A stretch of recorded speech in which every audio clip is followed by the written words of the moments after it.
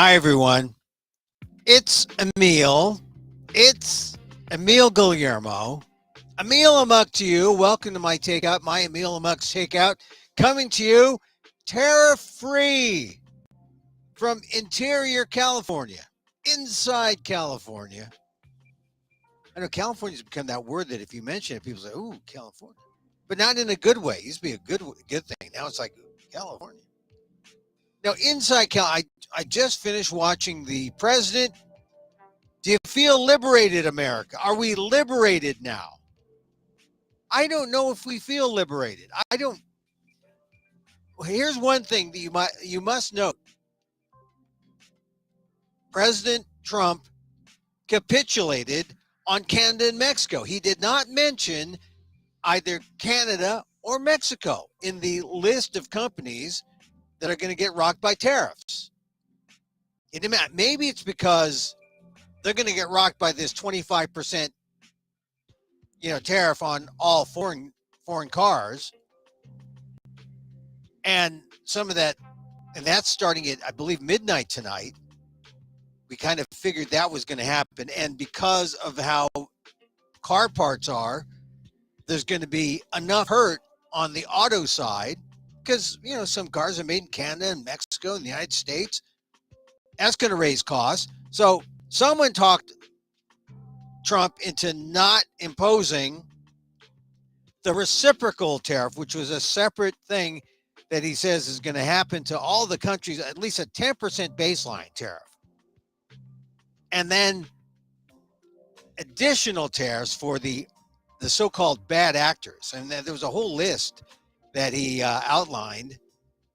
And it was an interesting speech because you see how far backwards President Trump is taking the country. He's redoing because he can by edict. Now, this is all by executive order. Congress didn't weigh in. This is one man ruling. I mean, that's kind of the upsetting thing, right? One man ruling, bullying. This is what the way it's going to be. Was there any debate from Congress? No, that he's able to do this because not only is he president, but he's got the bullying power of being the guy who can primary you and make you lose your job if you stand up against him. So, I mean, and that's Elon Musk. And this is a day after, of course, the small House special elections in Florida, where districts that Trump won by 30%, he only won by 14. That's a sign that some people aren't as enamored of Trump, or maybe it shows that if Trump isn't on the ballot, people don't show up. The Republicans won, but Democrats, made some noise by making inroads there.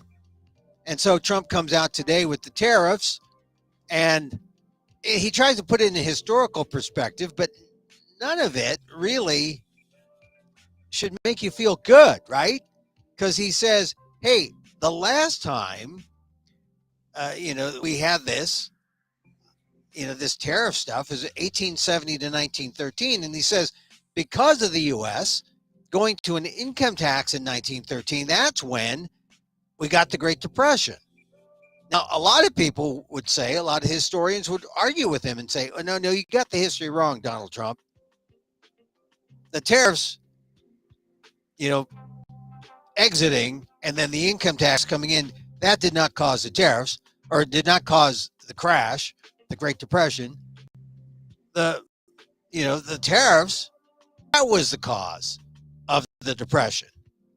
And the income tax was brought in 1913 as something to save the country because we were a tariff nation between 1870 and 1913. But you see, this is the move to the 19th century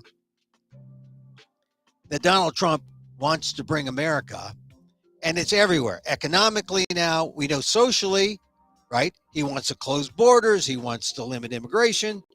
We know about the most racist immigration laws. 1924, zero quotas for Asians. 1898, Chinese exclusion. He wants to go all the way back to the 14th Amendment, birthright citizenship. He's challenging that. Donald Trump will be looked on as the man who saw the future, the 21st century, and said, I liked the 19th century better. And this tariff thing, look, my understanding of tariffs is it's a national tax because countries do not pay this tariff. Countries will manufacture, add on the cost, and then the end user, the consumer, will end up paying the tariff. So, you, end user, how do you think it's going to work out? Frankly, I'm willing to wait and see if he knows something that Nobel economists don't know, but he seems to think tariffs are like the greatest thing because, once again, going back to the 19th century, he loves the 19th century. Oh yeah, just out of slavery, we'd banned the Chinese, Asians, no Asians, Latinos. Oh no, hardly any Latinos from Mexico. That's the kind of America he wants. And now economically, he is setting it up. He's calling it these reciprocal tariffs. Yeah, had a whole chart that I tried to capture, but later on it's been reported. Here are the tariffs: 34% on Chinese goods, 34%. European Union 20%, South Korea 25%, India 26%, Vietnam 46%. That's a big tariff. If you are going to Vietnam with your company, right, to make goods, to bring them back here, to sell clothes from Vietnam, things that are manufactured there, 46% tariff. Who do you think is going to pay the price? Consumer. Taiwanese. The Taiwan, 32% on Taiwan, 24% on Japan. Thailand, 36%. Switzerland. Oh, you got a Swiss watch? 31% tariff. Indonesia, 32% tariff. These are among the highest in the 30s. Cambodia, 49% in Cambodia. Wow. Cambodia, 49%. Malaysia, 24%. UK, okay, they're 10. That's the baseline. Brazil, 10, baseline. South Africa, 30%.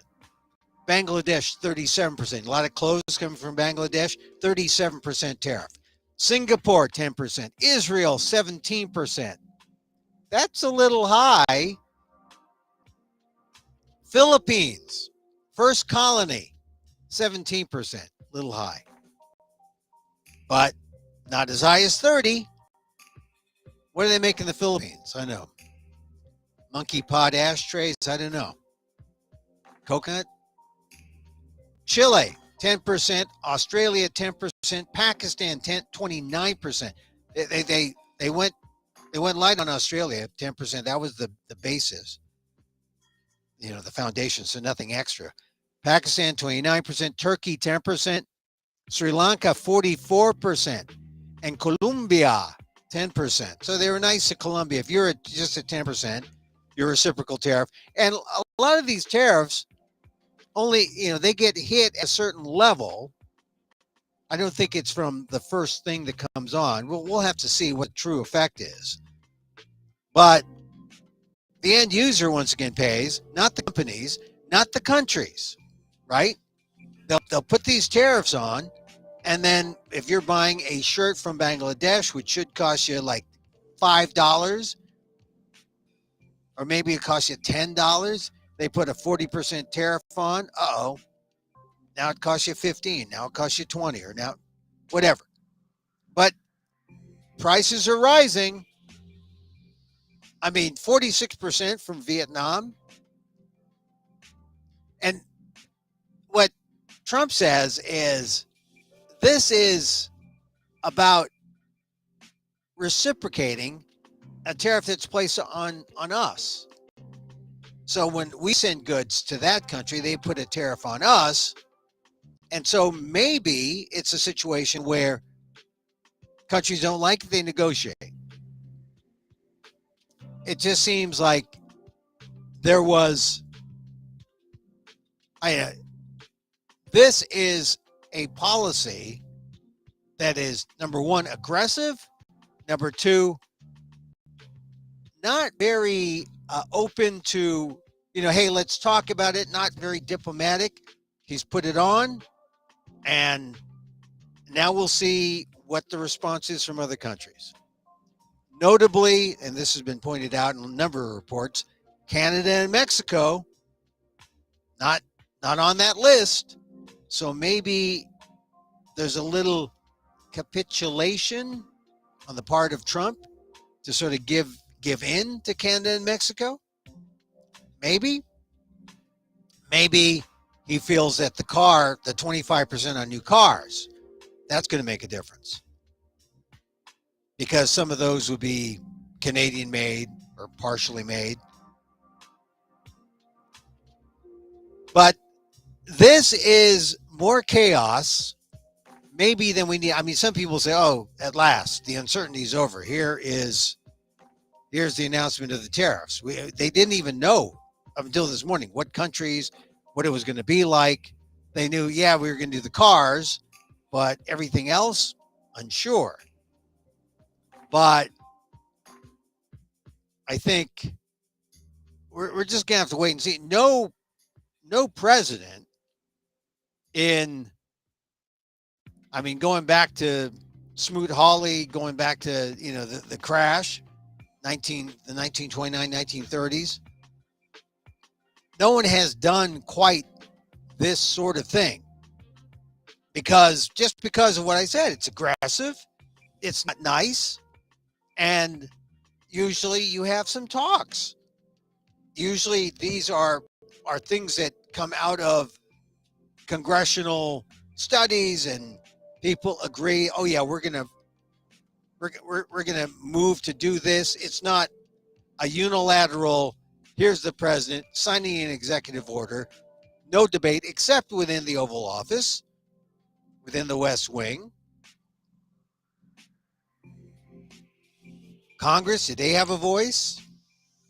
And so this is the way of a very litigious guy. And if you know the style of Donald Trump, this is what he does, right? You do work for him in his businesses, send him a bill, he says, I'm not going to pay. You say, well, this is the work you agreed to. No, I'm not going to pay. He said, yes, you will. And he said, you just take me to court. You go to court. He stalls. You don't get paid. You settle for half. That's the way the guy's business, which is why he's terrible for government, because you take that kind of attitude, you jack a lot of people around. It's not nice. It's not diplomatic. And unless you don't really care about your friends and allies. Now, some people say, we've been soft. America's been soft. We need to get tough. Well, let's see. I think what's happening is people around the world aren't going to like this new America. An America that was magnanimous, an America that was strong, an America that whose word you can rely on. And now we've taken on really the personality of this guy, of the gaslighter in chief. We've taken on the personality of Trump. I don't like, there's something about that I don't like. It's like, oh, that's him. Americans are different. And there are times when I see a Trump I like, like at the Jimmy Carter funeral. I like that Trump. But this Trump, I don't know. But we're stuck with him. We're stuck with this Trump. So that's, do you feel liberated? I don't feel liberated at all. Here is one positive story I read today. AP released it. AP, Donald Trump hates AP, so I trust this story. The headline, Musk could be headed for a Washington exit after turbulent times at Trump's Doge. And the lead is Doge's days appear to be numbered. Elon Musk recently suggested that he will be done with his work in the near future. President Donald Trump told reporters this week that at some point he's going to be going back to running his companies. As far as the Department of Government Efficiency, Trump said it will end. This is Trump saying this. Maybe he's lying, but maybe after yesterday, when Elon Musk showed how effective his money is in an election, putting 21 million in that Wisconsin Supreme Court case, in which the Democrat won and the Musk-supported candidate lost, maybe we're seeing the power of Musk and his money diminished. So the White House has not disclosed any clear timeline for closing down Doge, and the government cost-cutting organization was never supposed to become a permanent fixture in Washington, but it could be reaching a conclusion faster than anticipated. Doge was originally intended to operate only until July 4th, 2026, so about a year. And according to this AP story, and I trust AP, there are signs that Doge is winding down. But here's the thing. It coincides with the loss in Wisconsin after Elon Musk puts in like $21 million. It also comes right about the time that Trump announces Liberation Day for America. Haha. Do you feel liberated? Ask yourself, do I feel liberated? Well, no. I mean, the former premier of Canada, of Ottawa, said this should be termination day because all the extra tariffs, the extra costs could mean companies go out of business, companies shut down, companies fire and lay off workers. We already see that on a federal level, thanks to Doge. Will private business do the same? So there's just, I mean, and I think that with Donald Trump, it's one liability at a time. I mean, he's willing to have Elon Musk be his whipping post, but Elon Musk has lost hundreds of millions of dollars, right? Just in the last couple of months. Actually, the first 6, the earnings report came out from Tesla. He's got to start paying attention to his businesses. So I think he's going to want to go out, but he still likes a little control. So he shows up, but he's not popular. And that Wisconsin Supreme Court race that ended up Democratic and not Republican, I think is the beginning of the end for Elon Musk. Because after Liberation Day, Trump will have his hands full. Because this is what's going to happen. Prices are going to go up. Oh, what was that campaign promise? That prices would go down? Prices are going to go up. They have to. You're going to put, 20, 30% tariffs on Japan or China and Japan and India. Not good. But more than that, inflation is going to go up. And that will naturally take care of all the other items that come from other countries other than China and Japan. Inflation, right? Inflation already has seen a slight uptick. I mean, it hasn't been a good picture. Consumer confidence is down. The stock market is, we'll see how bad the stock market does tomorrow. He made the announcements of the tariffs after the market closed. And I think it's not going to be a good sign, frankly. I know I've been liberated. If I had an idea that I was going to buy a car this year, I have been liberated from that notion. Car prices are going to be high. That 25% tariff on at midnight, and then you've got, and there's add-on costs every time a part goes to Canada and then comes back to us, goes to Mexico, comes back to us. The tariff is on. Could be $8,000 to $10,000 more.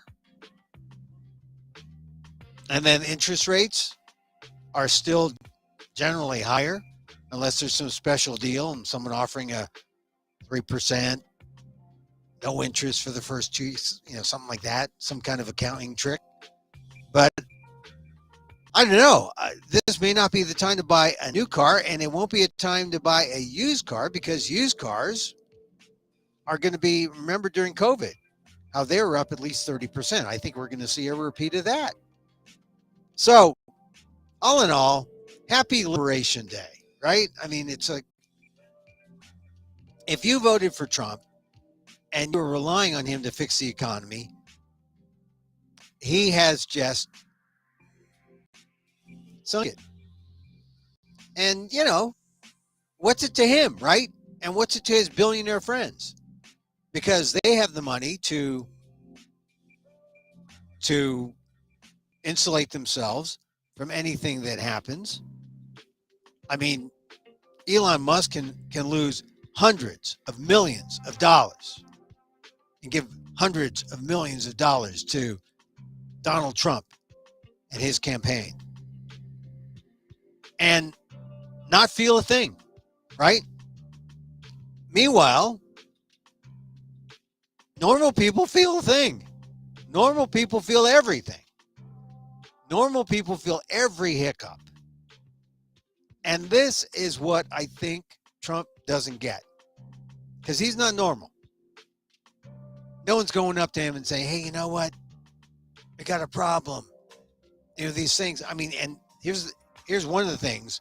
He had a retired auto worker get up there and say, oh, we support Donald Trump. He bring back manufacturing. Okay, it's going to take a while. It's not going to be immediate. In the meantime, there will be a long period of time. I don't know, how long is it going to take for an industry which has gotten used to, working with Canada and Mexico and, offshoring and other manufacturers, not just cars, but other manufacturers. How quickly can they reboot in America? I mean, Donald Trump has 4 years. Can it be done in 4 years? I don't know. And it may not be fast enough, because we'll see. We're going to see prices go up. Do they come back down? Or maybe Trump does something with his executive orders in the same way that he did not mention Canada and Mexico in his long list of countries that are getting tariffed, specifically reciprocal tariffs. So maybe he pulls out. Oh, wouldn't be the first time, right? Wouldn't be the first time. But here's the thing that I think is important about how we talk about this. I mean, I'm trying not to talk about it like, oh, here's this fraud Trump, here's this fascist, let's talk about it not as in a this personal vindictive way, although Trump is Mr. Vindication. But let's talk about it as just policy and the impacts it'll have on you. And this is going to take some time. And this was, of course, the lesson from Cory Booker. I mean, this has really been the best thing that I've seen during the first, not quite at 100 days. We're like at what, 70 something, 80 something. But the best thing I've seen in terms of what the Democrats have had to say, what an opposing force as someone standing up to Donald Trump, best thing I saw was yesterday. Cory Booker going 25 hours, invoking good trouble, John Lewis's line about when good people of this country must stand up and speak out and act. And in my column on Inquirer.net, I call it a model for people power in America. And I'm not kidding. I'm not kidding. I mean, when you think about it, you've got all the leaders out there. You've got Schumer and Hakeem Jeffries and AOC and Bernie Sanders. And maybe Sanders and AOC toward the end have been able to muster up some energy. But there's something about Cory Booker's good 25 hours yesterday that was really inspiring. And so in my column, I wrote, you need inspiration and motivation to protest these dire times. And who doesn't, right? When tariffs could destroy economic well-being. And they could. We'll have to see. The way tariffs work, the costs are passed on to consumers. They could. Donald Trump doesn't seem to think that, but they could. So when tariffs could destroy your economic well-being, when legal immigrants are deported and disappeared, when thousands of federal workers are losing jobs on a whim, and when Africa has lost aid to prevent famine and disease, then remember this week's Cory Show. I call it the Cory Show, but it was really more appropriately called the People Show,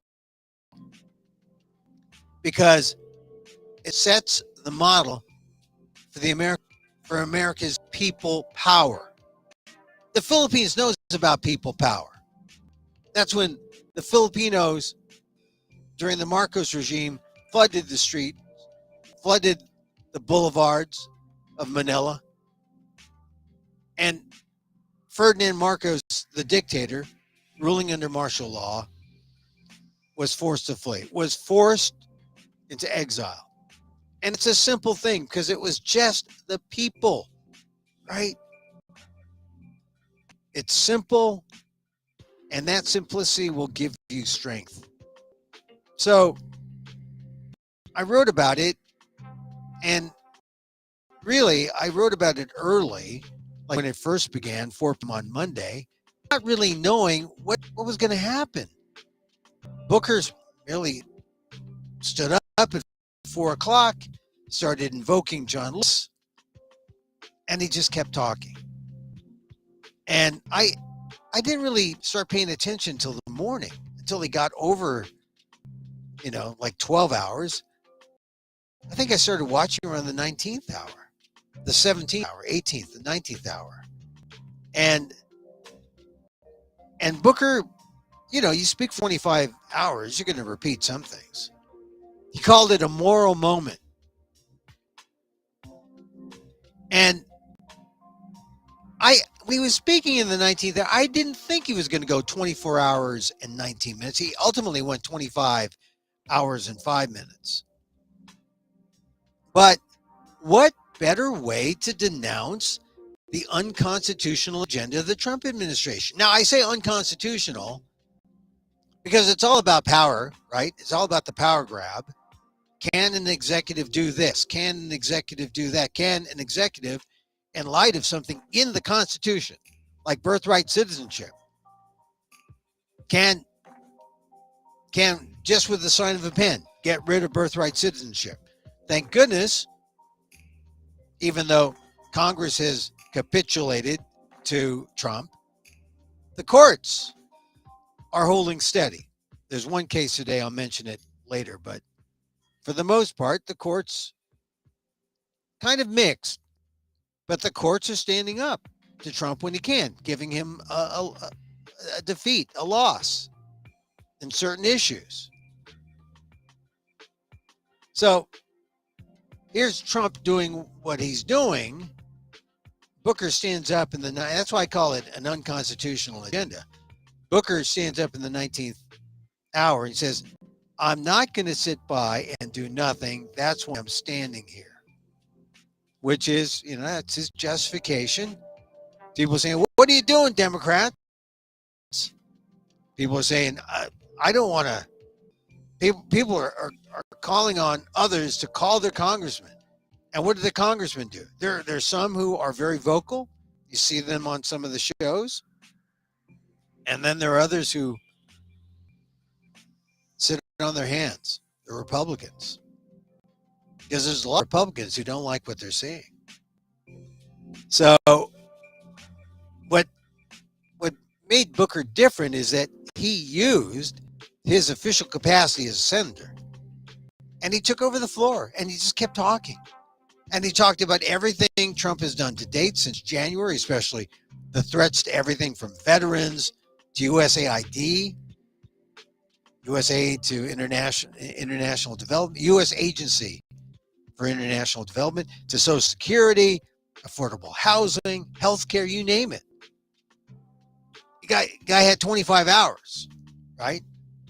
And he was loose enough in the 17th hour to restate his aim. He said, this is not a matter of right or left.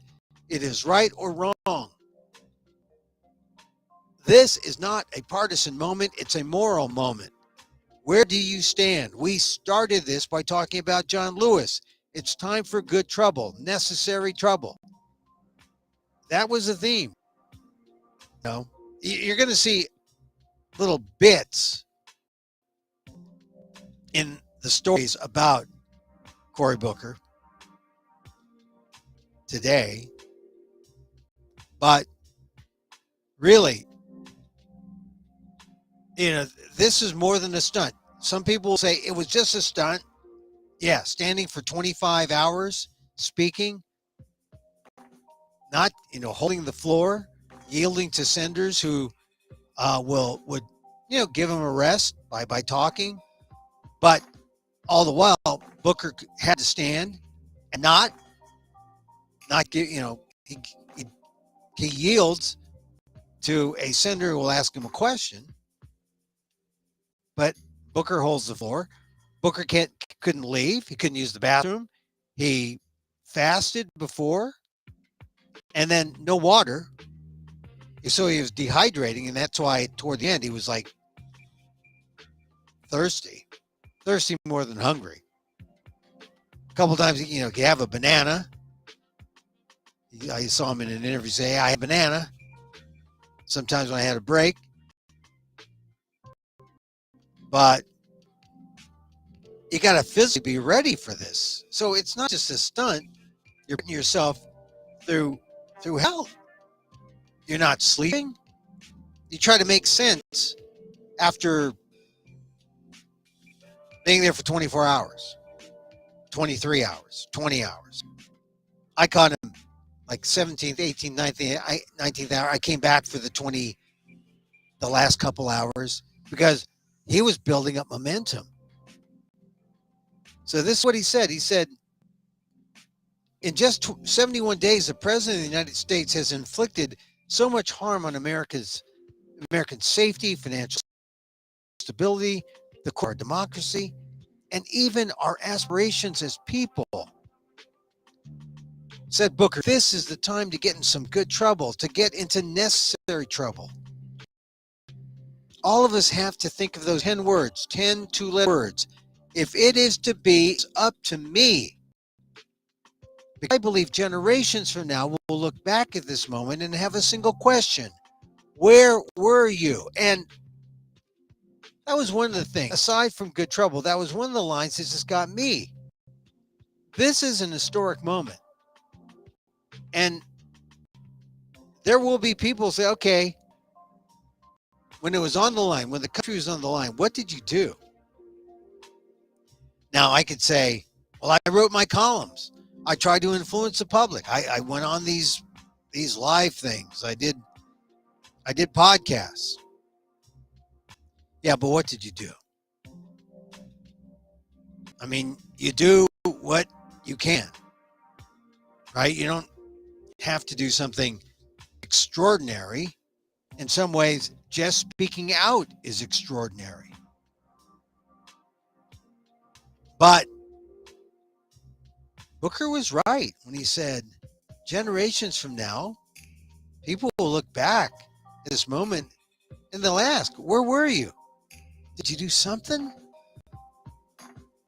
Booker says, we have a president who has come in and the first thing he's done in 71 days is insinuate fear and insecurity about Social Security by threatening it, by creating, telling lies about it, and by having somebody like Elon Musk call it a Ponzi scheme. Article in the Washington Post yesterday, just talking about the lies Elon Musk said about Social Security in Wisconsin on Sunday. He said, oh, look at all these undocuments. He called them illegals, but they're undocumented. I mean, they don't have a green card, but they have a Social Security card so they can work. So these geniuses said, oh, well, that means that they're paying into Social Security and they're going to draw a check. No, they're not. Because they won't live or make enough to draw a check when they turn 65. And what the United States is doing is having undocumented people who work, pay taxes, and pay into Social Security. And for their labor and for subsidizing Social Security, they get booted out of the country by Elon Musk and ICE. Yeah, I mean, the undocumented who have green card, or not green cards, but Social Security cards and are working, they're just subsidizing the system and not getting a payout. They should want them. Elon Musk. Oh, we want more undocumented paying into it. Yeah. He said, you don't insinuate fear amongst vulnerable communities. You don't insinuate fear amongst our elders who deserve our respect and deserve to retire with dignity. So, there was a lot of stuff that Booker talked about in 25 hours that you're just not going to get if you just go to Ordinary Story about this. But, I was reporting, listening. He asked senators to help him out. Senator Chris Van Hollen, Maryland, brought up how we are cutting to the bone. If Liberty Mutual has an overhead of 22%, he said, Social Security is at 0.5% and serves 73 million Americans, which is pretty darn incredible. And reason why Elon Musk should just hands off Social Security. They're understaffed and you're going to cut them more. You're going to hamstring them, make Social Security, service ineffective by cutting, phone service. I mean, that stat of Social Security 0.5% overhead versus Liberty Mutual overhead at 22%. This is why you can't believe people say, "Oh, I wish we ran our country like a company." No, you got to think of the people. And look, Social Security is doing well. And 0.5%. Chris Coon, Delaware, brought up the impact of the recent earthquake in Myanmar, and who shows up to help? The People's Republic of China, said Booker, not the USAID. Not because Musk called it a criminal organization. I mean, that's what's happening. Myanmar needs help. The U.S. isn't there. Not with USAID. They have been. Not anymore. Booker had constituents from New Jersey who were former USAID workers. fired by Musk. And the laid off workers, their lives were painful because they were heartfelt. They weren't, upset about or sad for themselves. They're sad for the Africans who would starve or be subject to disease because of the cuts by the Doge chainsaw. And America got angered, because USAID is less than 1% of our budget. And the people whose letters he read, all they wanted to do was be the light of the American torch of freedom and hope to the world. And they had the rug pulled out from under them, said Booker. One letter writer said, the uncertainty of her life has probably been one of the most painful parts of all this. And how did Booker respond? And this is what distinguishes Booker from other voices who are talking about what the Trump administration is doing. Booker said, thank you for your voice. He spoke to the letter writer. Thank you for laying your pain plain and your anger, making it real in my heart as I know it's in yours. I stand for you today. That's the kind of honest exchange that Democrats don't seem to have. They don't seem to get. But hopefully they will now, because Booker has set an example of how you can talk to people about these things. So Strom Thurmond in 1957 spoke 24 hours and 11 minutes. So, Booker had to go past that. And he did. And he stopped a couple of times holding up the Constitution, the little booklet for strength. He said some touching things. He said, my voice is inadequate to stop what they're trying to do, referring to Trump's demolition of the government. American people, we need you. This was an honest appeal to people to get up and do something. You can do. Don't just ask your congressman. You can do something. And I was watching on YouTube. People are on social media commenting. And with every word, every second, there was a heart, fire emoji. Thank you, Senator. Someone calling him patriot. Keep going. We need this. This is the 21st century of Mr. Smith Goes to Washington, right? Mind you, this was not a filibuster because there was no legislation on the floor. He was just talking. And by 4:19 Pacific time, my time, on Tuesday, Booker was over the finish line and talking still past 5 p.m., going for 25 hours and 5 minutes. Like I said, you can call it a rambling stunt, but see the recording for yourself, skip around, find your story in the narrative that Booker lays out. It's an American narrative. And I think that one of the things you can do after getting the news about the tariffs is to find out, well, how can we as Americans respond to Trump, respond to the tariffs? We can, do you protest? Do you speak out? Prices are going to rise. Inflation is going to go up. We know that. Who weathers the storm best? Us or Trump? Who feels the pain more? Us or Trump? When you start feeling the pain, let them know. Because that's how your displeasure gets communicated and how they shift gears. They'll change. They don't know what they're doing.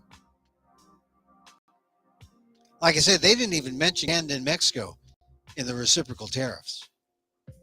So they're feeling some pushback.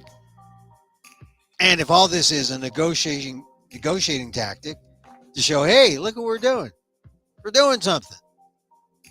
Well, how quickly will they pull back everything when it starts costing them in the public opinion polls and at the ballot box? Last night, They did okay in a Republican district. They still lost votes, half of what they got in the 2 Florida districts. And they lost the Wisconsin race for the Supreme Court in Wisconsin. So my suggestion to you is, find Booker's speech on YouTube or on C-SPAN, find your story in the narrative, and then commit to making your own good trouble. Fighting the threat to our democracy will take all of us and every ounce of stamina we have. The power of the people is greater than the people in power. That was the line. That's what Booker said in the final moments of his speech. The power of the people is greater than the people in power. And then he re-invoked Lewis. He said for us to go out and cause some good trouble, necessary to redeem the soul of our nation. I want you to redeem the dream. And then he paused and delivered the final line. Let's get in good trouble. My friend, Madam President, I yield the floor. And you're not supposed to applaud, in the Senate. I mean, you're supposed to show restraint. You got a full 30 seconds. And it was, I think, an appropriate response to the best response to date to the longest first 2 months of a presidency in U.S. history. I write for a Filipino publication, Filipino American publication, and most of them probably didn't watch Cory Booker's speech. But I hope they will, because a lot of Filipinos voted for Trump. But for those who are wondering, what can we do if we didn't? You get your inspiration from the speech that Cory Booker delivered before the Senate yesterday. The longest speech in Senate history. It was worth it because it could inspire in America something they know all too well in the Philippines: the real power of people power. People power. And I'm not going to forget that line Booker said. I mean, people are going to talk about, good trouble. But the power of the people is greater than the people. My God. That just hit you, right? The power of the people are greater than the people in power. That is a good line. The power of the people are greater than the people in power. All right. I was going to mention one bit.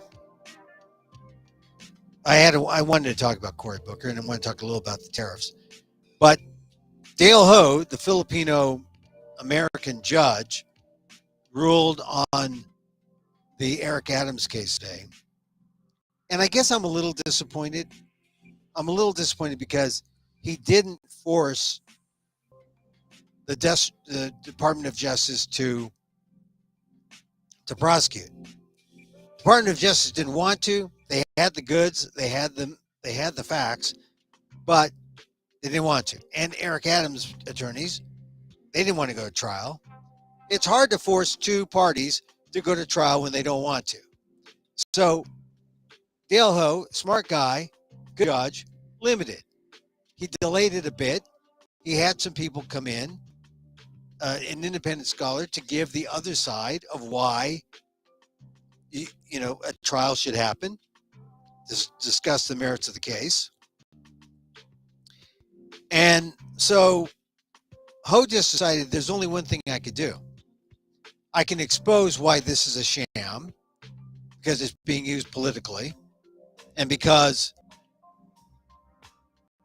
it sounds like a quid pro quo. Use those terms, but it sounds like a political arrangement was made that the charges were dropped so that Eric Adams can facilitate whatever Trump wants to do in terms of immigration in New York City.